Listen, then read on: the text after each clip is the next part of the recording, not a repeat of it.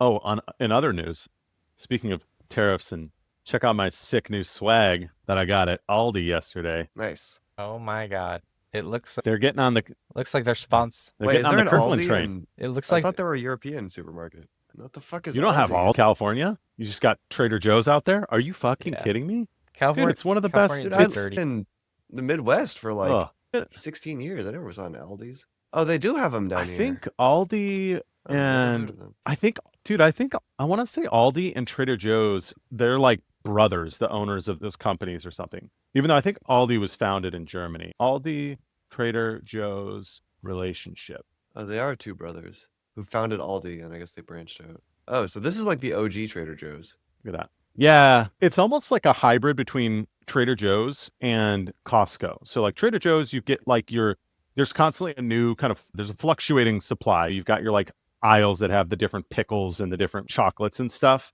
Except for everything is still like in a box, very utilitarian, very like minimal, very low cost. They cut costs down by just putting boxes out that are filled with shit. And they have very few employees operating these stores, a lot of self-checkouts. So it's kind of like a combination between Costco.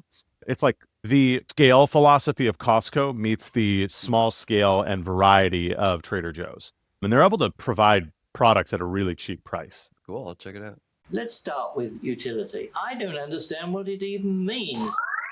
Everybody has some kind of utils in their head that they're calibrating. There's hardly anything that hasn't been used for money. In fact, there may be a fundamental problem in modeling that we don't want to model. Game Economist Cast episode 352. 5. All right, we can lead with that. Back from GDC, normal cast, normal crew, energized, refreshed, ready to talk about AI, ready to get controversial, and also ready to talk about what we've been playing. Got a selection of good things on sale, stranger. Phil, you're first. So I have an interesting one for you guys. I've been playing a game called DC Dark Legion. This is a game by FunPlus company. I was talking about that other podcast where we mentioned that the founders are Chinese, but all of their games are 4X games that have had a lot of success in the West. And they released a new game that I would argue is very similar to modern 4X, but also has a lot of squad RPG elements. You're collecting characters, you're starring them up, but you're also engaging in like these multiplayer PvP maps as you would have in 4X. And I was trying to figure out the thesis, and I think it has to do with basically restricting the size of the revenue waves that normally come with squad RPGs. So normally there's a bunch of spend when players get a character they want, or a character is the featured character for that month.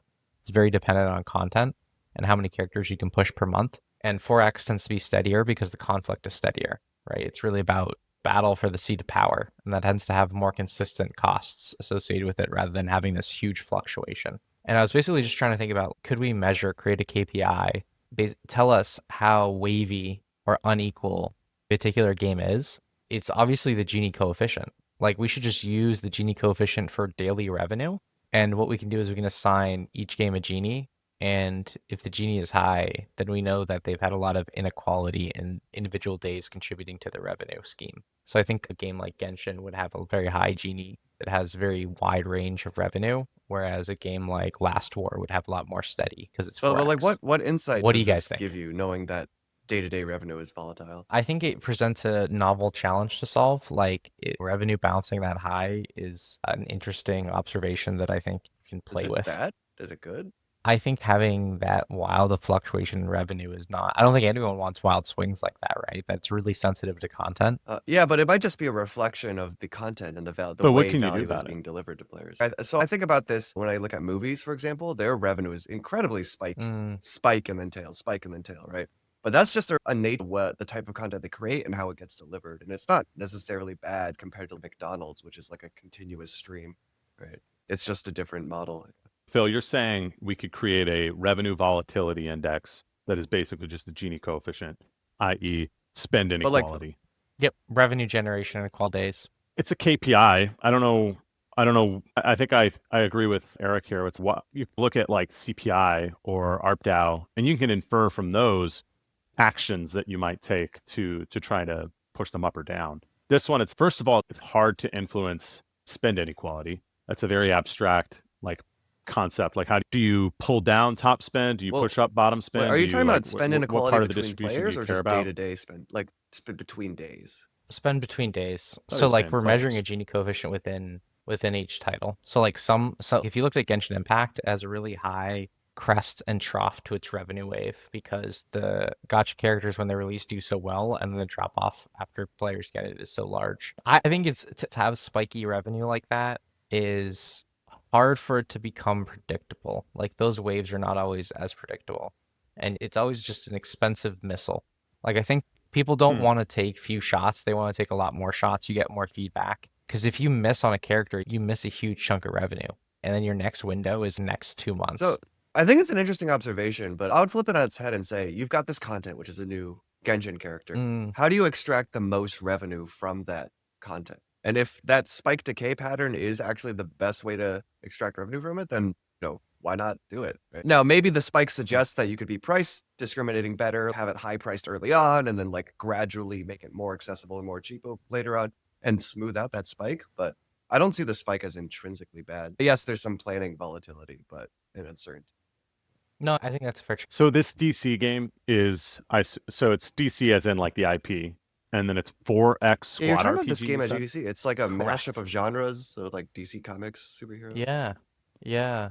Very weird, but it seems the thing is still there's this great presentation Ethan Levy, who was the other co-host of Deconstructor Fun a while back, had about like this Tower of Want. I want this because I want this because I want this, and how high can you build that tower? And I think this game just really struggles with having a really high tower. Is it too flat and wide, or yeah, it's too flat. Like for my characters, I get them to level 400. I'm not quite sure what I'm supposed to do after that. It just feels aimless, and it's very painful with that grind. I need bigger, stronger carrots. But yeah, I need to DC try the Dark game do out. you recommend people play it?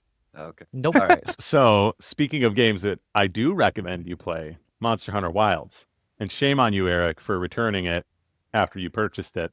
Although it's I'm fair broke enough now. if you haven't played World. Oh, no, you still have your job, right? But your wife. we doesn't got have a two job. private You kids in guys private decided to school go and trad one life. income. So Oh. private school, it's a substitute you can't cancel for a whole year.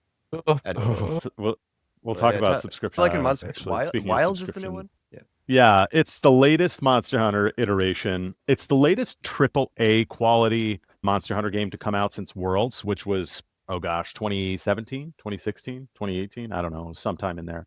Monster Hunter is the key contributing factor to me upgrading my system. So I went from the Xbox One to the Xbox One S, or sorry, Series S when World came out, and then I just upgraded to the X when Wilds came out. Because I just can't be having 30 FPS when I'm fighting my monsters. It's not tenable. Anyway, excellent box price premium game, $70. There was a bunch of other DLC types of packs you could buy. I think like the max, I could be completely butchering this. I want to say the most expensive one that I saw was like $99. They have a pretty standard DLC system. So they released the first game, they released the game, and then a year-ish later, 2 years-ish later, they release a major DLC. So they've done this with their last 3 games, probably more games before that, but that was before I started paying attention to this kind of stuff. So Worlds, they came out with a big update called Iceborne. Sunbreak, which was Monster Hunter Rise, which was just for the Switch. That was not a AAA. That was more like traditional, back to their roots, low poly, not super high fidelity, not like a super complex RPG like Worlds and Wilds. They came out with Sunbreak, which is the DLC there, and then with this game, they're going to have some sort of major DLC. The game is amazing. Classic Monster Hunter. Definitely took some getting used to after going from Rise, which was a little bit more, I don't know, if you like picture the super tight mechanics of a fighting game and then compare that to the looser mechanics of an RPG like The Witcher 3. In The Witcher, when you stop moving, your horse will take a few steps and then it stops, versus like a fighting game, like you stop moving, your character stops immediately. It was like that, where in Rise, which I was playing before, the mechanics were much tighter, much more, okay, you stopped, you're done. There's also the polygons it was much lower graphical fidelity, so you've got less shit flying around on your screen. So interesting to get used to that. I was actually really surprised by how little content there was. I pretty much finished the entire game and all the quests within 60 hours, which for a Monster Hunter game I think that's pretty short. The main storyline is like 25, 30 hours, which again is pretty short. They just released a free content update, but that DLC is going to be coming in probably in a year or so, and that'll be like $40.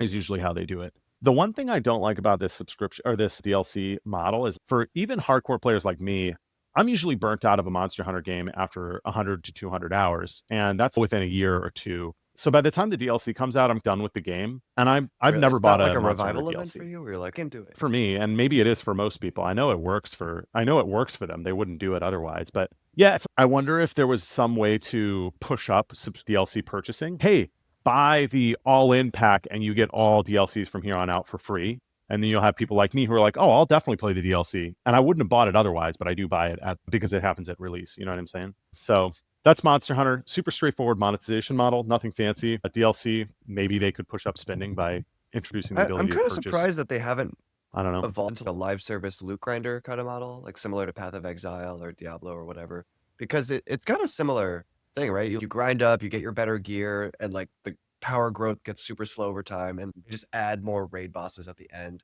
for the end game. That was one of the worries for the community was because the Wilds is like much more kind of open world. It was much more of an open world live RPG. Like the map is constantly updating.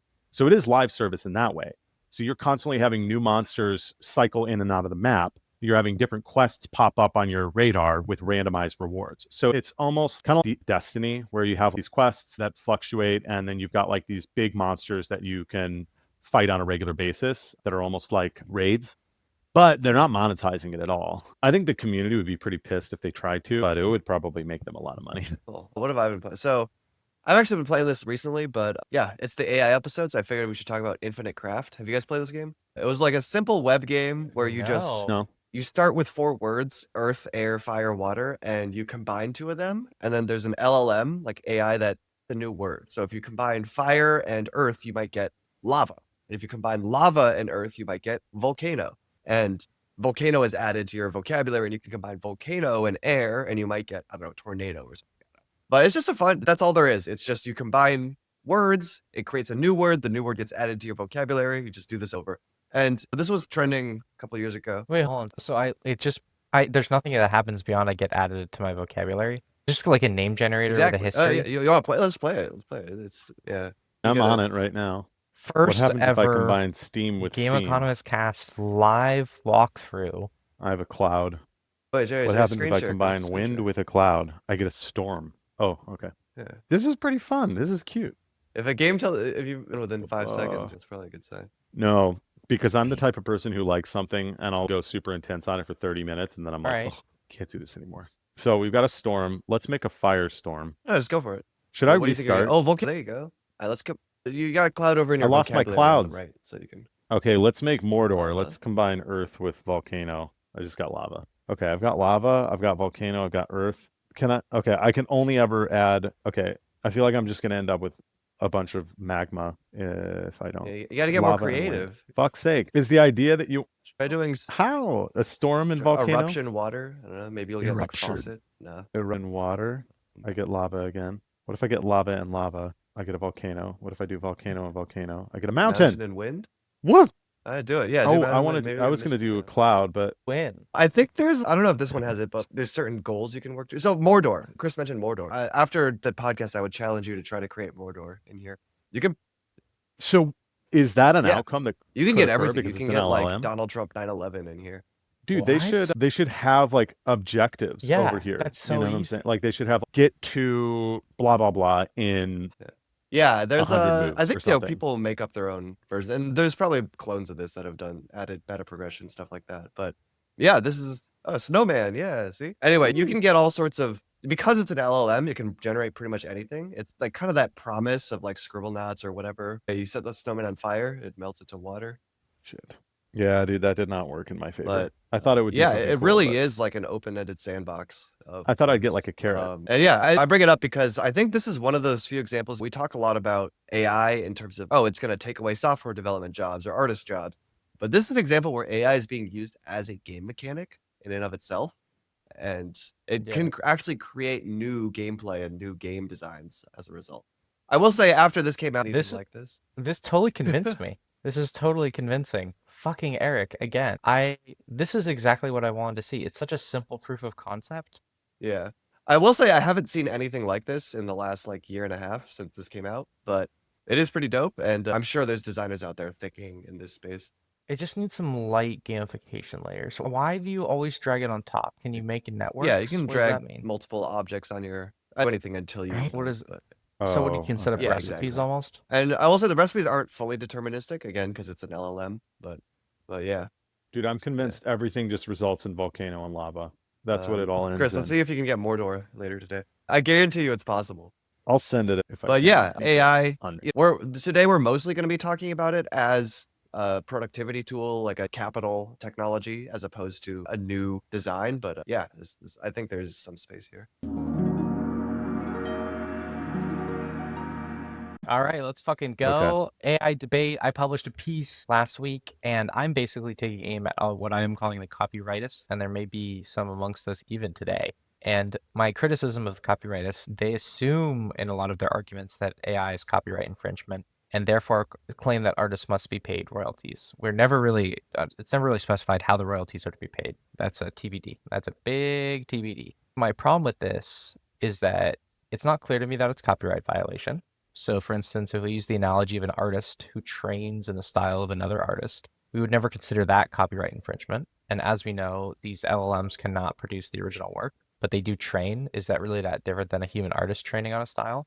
That'd be criticism number one. And criticism number two is really at copyright in general, which is that we've almost never had copyright enforced in games. We had this Nemesis system which launched, and that was patented by WB Games, and everyone decried that. We don't want to see patents in games. Patents are bad. They inhibit our ability to build on top of each other's innovations. And so we see this best illustrated in games once again. And I think that applies here. I think human beings are going to create no matter what.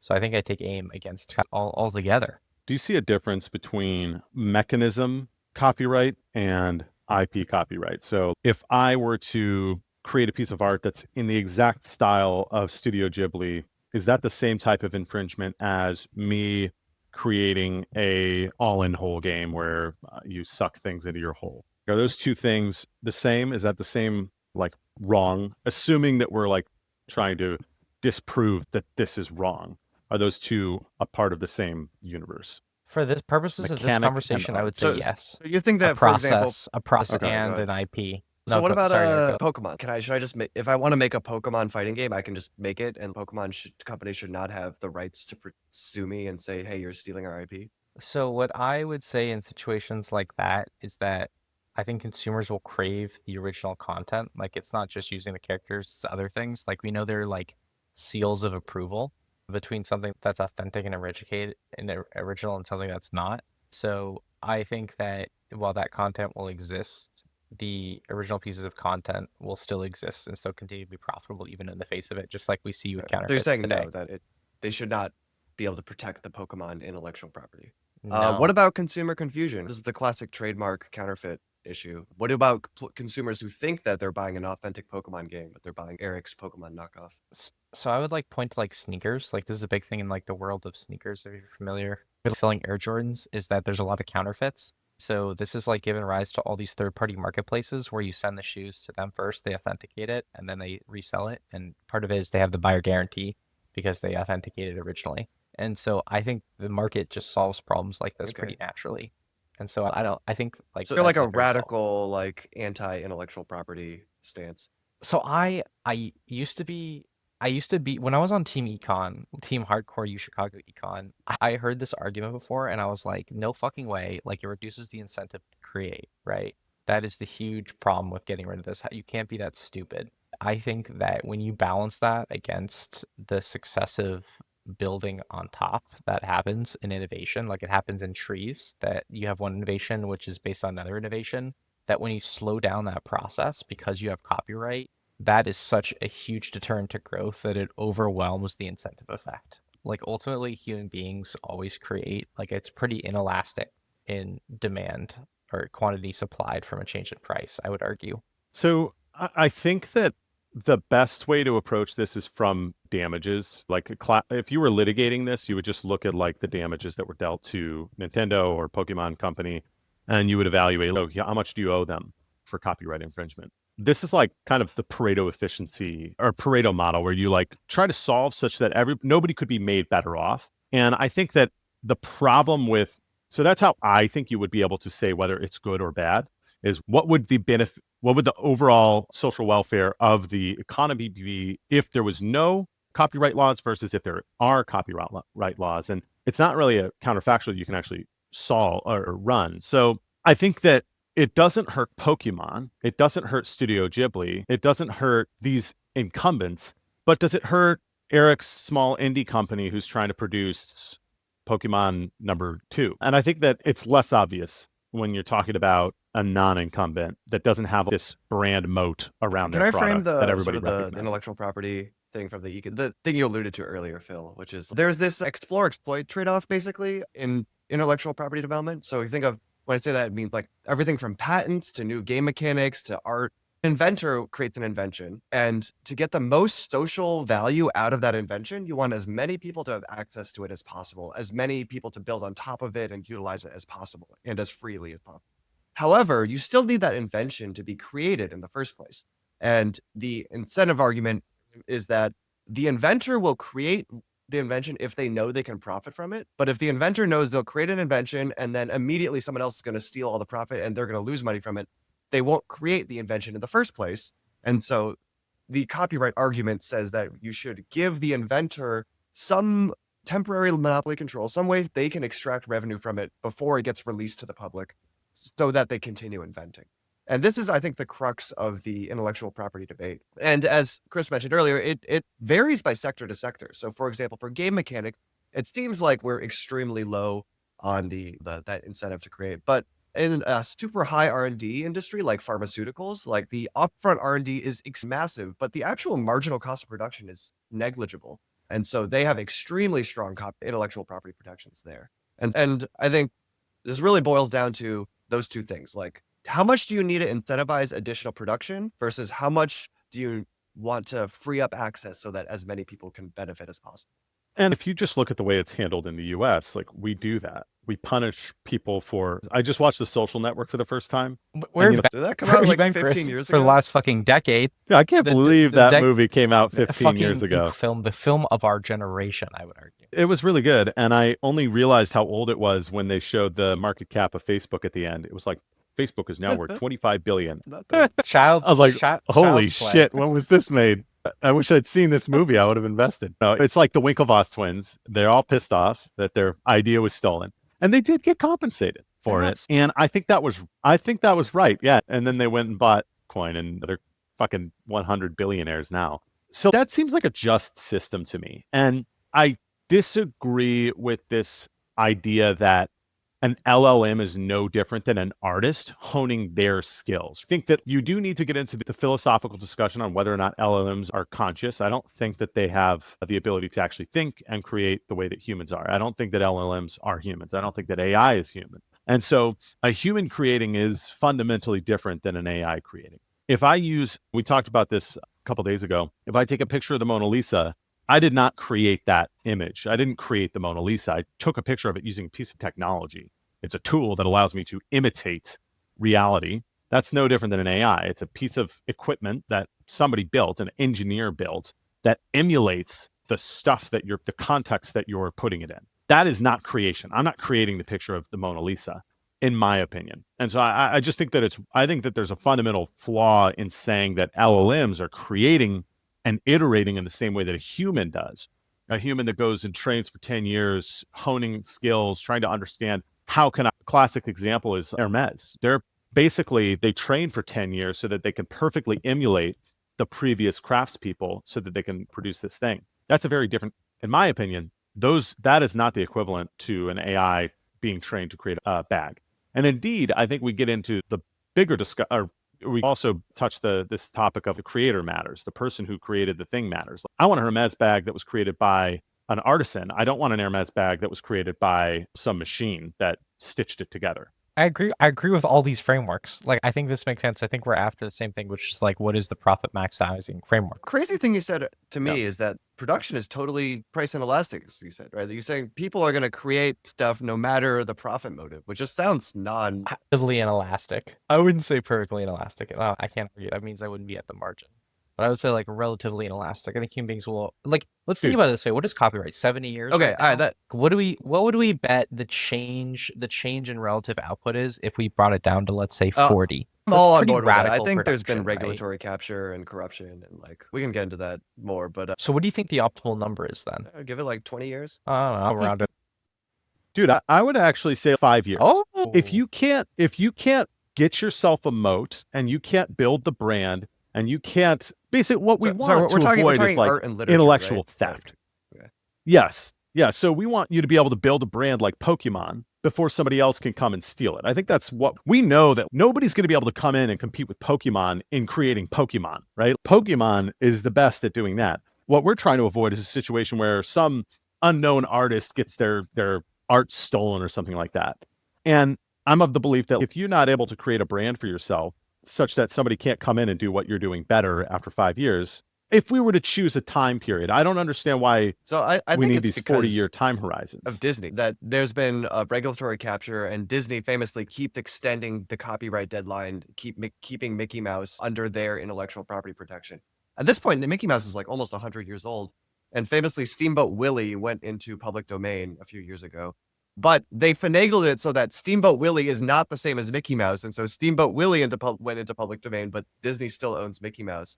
And I don't know, it's deeply hypocritical because they built their empire off of public domain IPs, Snow White and Cinderella, right, and Sleeping Beauty, and now they're like, oh, no one else is allowed to touch the stuff we made, that Hans Christian Andersen or whoever the fuck ages ago. Would the world be better off if they didn't have these 100-year-long protections? Would Disney be better off or worse off? I think we're all on board yeah, I that guess it's those are too the two long, people and that we that care about. the system would be better off if, especially at least art and literature intellectual property was weaker, much weaker than it is today. And I'm not as convinced that Disney would be worse off as you may imagine, Chris. Like, I think it's a little bit harder in the entertainment sector, but if we imagine like technology and getting rid of patents, another company having a breakthrough again because you had a patent, because they stood on top of your patent, comes back and people recursive value back to you. So there's a lot of positive externalities that happen in these exchanges too, all the time. Oh, like pharmaceuticals. Imagine if we had like unlimited supply of certain pharmaceuticals that are patented and only allowed to be produced by specific government issued Like I would argue like very little from what I think we understand from economic research of the total value of an invention goes back to the creator. Like it's a very small percentage of total revenue of their invention. What I'm saying is I think if you guys think the incentive, if you're skeptical of my inelastic supply argument, they should capture a lot more of their value. Wait, how? A different schema. I would argue that if you think that the supply is very elastic, like we want to know what those effects are. I think that like founders in Silicon Valley and VCs, the people who are really generating, I don't know, or I'm not talking about art, but those people are pretty inelastic. If the incentives were to decrease, I think I'm saying like if let's say we're only giving them 3% of the GDP they create. I think if you guys are true copyrightists and you think the supply side effect is large, I think you want to give them 10% because they're going to make so much more shit if you give them 10% of GDP rather than 5. So I throw it back to you guys. Can you say that again? It's like I didn't understand. you guys should increase it.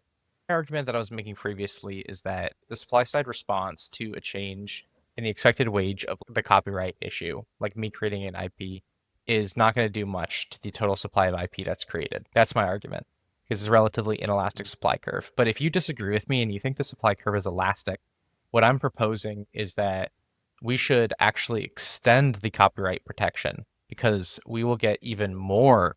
So I think there's an optimal point, right? From like I think 70 years on copyright for art is way too long, but I think 0 is probably, there's no way the optimal point is at 0 for every industry, right? And I think it depends a lot on how much upfront investment is required. I'm going to use pharmaceuticals as an example because the ratio and the payoff horizons are so much longer and it's more skewed. They need more protection than game mechanics, for example, might be much quicker. Like you make a hit game, it's popular for a year, you've captured most of your revenue in that first year before someone else can copy it. Maybe you don't need protection for that reason. You're talking about spike and decay curves, revenue earlier. Yeah. I think that there's probably like a reasonable midpoint in terms of protections. I reject the idea that LLMs are no different than that. Creation process is the same as a student iterating on a master's work or something like that. But I think that there's probably a bigger issue with royalty payouts, especially in the context of AI. in that there's no way to properly attribute the output that an AI gives to, or even the revenue that an AI produces to an individual contributor without just straight up doing some sort of a split share. Hey, we trained on 10% of the data we trained on is from Studio Ghibli. We made $1 million. Here's $100,000 or something like that This is based a on problem. some royalty. This is a payout. problem in almost every sort of like networked thing or something where there are multiple factors of production. This is a problem in mixed media modeling. For instance, when you have people who like they may have seen an ad on TV and then they purchase something, how much do you attribute to the ad by raising brand awareness versus them seeing like maybe a click through or another very complicated stuff. And also like on UGC projects, sometimes people will use other people's pre-made objects and they'll add on their own things. And people that I've talked to about the problem of trying to figure out whether or not we should allow that and what the compensation should be, which by the way, makes this a very real policy. This is not just like a pie in the sky thing, guys. Like we could actually run experiments in UGC games where we set different institutional policies, but whether or not you're forced to share. And by the way, some UGC platforms do this, like HiPipe, the one out of Finland that's doing like TikTok for mobile. You by default have to have remixes or sharing open, so other people can copy all of your work. This Is there actually any does happen. required revenue yet attribution to it's- the original? Okay, so it's just No. everything is public domain all the time, basically. So it does have the effect that you mentioned a really long time ago, Eric, with Fortnite, which is that like people cloned it and almost was like voter median theory. Yeah. But because there's CCU problems and a lot of other things, everyone flocks to Right. one version. Yeah. There doesn't end up being like all these copies that survive. You want to tell It that doesn't- story like, about that the horror Apex story doesn't happen. smart ping? I like that one. Oh, and then yeah, that was another one. So to give you an example, Apex Legends had a ping system where if you had your mouse over an object, it would recognize that it was an object, and you could click the little mouse button, and it would say to your teammates, "Hey, there's this object here." So you could tell them, "Go get it" or do something. You could ping it. And Fortnite, after that feature launched in Apex, had that in their game. And I think about 2 weeks, we started to see an early version of it. And so that didn't seem to slow innovation either in games. Again, like more people just got all of this really great innovation. It was dispersed really So I think quickly. the positive version of the story, the anti-copyright version, is like, hey, this innovation, everyone is able to use it. All games are better, and that's awesome. The flip side, you see this fast follow strategy where people are like, hey, R&D is hard. Let's just watch other people and fast follow what they do. And if the innovate versus copy incentives are skewed too much, you see a lot of fast follow behavior. And I think we do see that. I'm not to put you guys on the spot, but can we think of like an example of fast following where the imitator ended up getting the better end of the stick than the Fortnite. innovator? Fortnite. PUBG, Yeah, that okay, was a that's fair. really great fucking example, Eric. League of Legends, Dota, Teamfight Tactics, Dota. There's like dozens of these. Yeah. Yeah, but would PUBG Yeah, be I think that much PUBG's worse happy off where if they landed. Fortnite hadn't come in? I think PUBG is better off Yeah, because Fortnite and I guess exists that's- in some ways. That's what I'm saying. I'm not saying that there wasn't an imitator that was successful. I'm saying that there was an imitator that killed the innovator. And you might even argue because Fortnite popularized that mechanic, that like battle royale, maybe they actually brought people into PUBG. So I think that's a great example, but I think it's actually in favor of no barriers. I mean, low I'm friction. happy with how things turned out. So I guess going back to the original statement, do we think the games industry needs more or less intellectual property protection? I side with Chris. I side with Phil on this, which is I like the fact that game mechanics aren't copyrighted. I like the fact that these games can see each other and innovate off of each other. And yeah, I do think games are better off for it. I'm on Phil's side. Oh my too, god, to be clear. Jesus. What the I think fuck? to be clear, Phil, my main issue was that you were trying to say that a machine is a human. And I've been saying this for honestly since before AI was a big deal. I worked with an AI person a couple of years ago, and they were like, there's no difference between a machine and a human. They're the same. And I was like, that is batshit. I still don't have a super compelling argument for why, but I think like that. that's the problem is that we got the naming wrong. To me, it's not artificial intelligence, it's aggregated intelligence. Like it's the best versions of ourselves. Like it's been trained like a great master on thousands of years of human history. It is the most human thing we could possibly imagine. I would call it superhuman. But I would say that's the struggle, Chris, is like when people don't like that argument, I'm like, where does the analogy fall apart? So one point I want to get into is, so let's say we actually did want to implement intellectual property protection in games. I think there's actually a huge enforcement problem. One is like the attribution issue that you guys were talking about. Like, even if you wanted to say this artist gets this amount of credit for the AI generated art, like that problem itself is really hard. And also just like regulatory capture and corruption. Like, you guys know about this Inhaler Cap lawsuit? So pharmaceuticals, they invent some No. drug and then it gets a certain amount of lifetime as a patent and then it goes into public domain and you get generic. But pharmaceuticals have been doing all sorts of tricks to extend patent deadlines. There was an inhaler company. They made some inhaler like 100 years ago or whatever that helps with asthma. They invented, air quotes, a special kind of cap on the inhaler. There's like a little button you press that lets it pop off more easily. And they use that little plastic cap as justification for extending their patent and continuing their like monopoly status on this thing, preventing it from going public domain. And pharmaceuticals do all sorts of shit like this where they do dumbass remixes claiming it's a new invention and extending patents. There's a big FTC lawsuit about this, but the point being, even if you have a well-intentioned regulatory apparatus, there's like high chance that it gets corrupted, gets captured, gets abused somehow.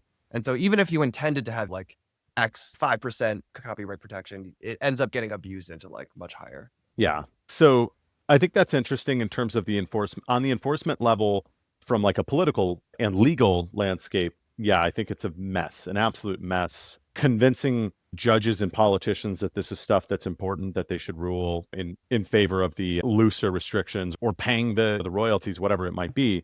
But there's also just like a pure technical limitation on enforceability. Like, how the fuck we do not know what all the data that was used. And Chris in our Game Economist Cast Discord channel pointed this out. Do we even know like what ChatGPT has been trained on at this point? We're talking about billions and billions of parameters, which is probably hundreds of billions of data points, if not hitting the trillions.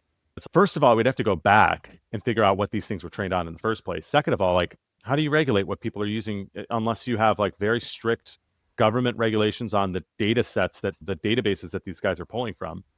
There's no centralized market for this data. There are many markets for data. AWS has a marketplace for data. You can subscribe to a data stream and literally just have that data stream come into your environment in real time every single day, train your model on that.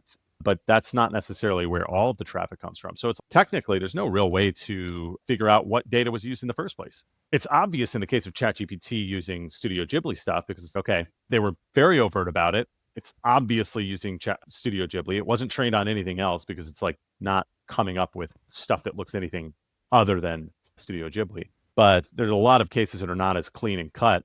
And I would not be able to investigate or figure out what ChatGPT has used for their 3.5 model or their 4.0 model. It's like, how do you attribute? I think there's like a laundering component here where imagine like you had to pay for every Studio Ghibli image you fed into the machine.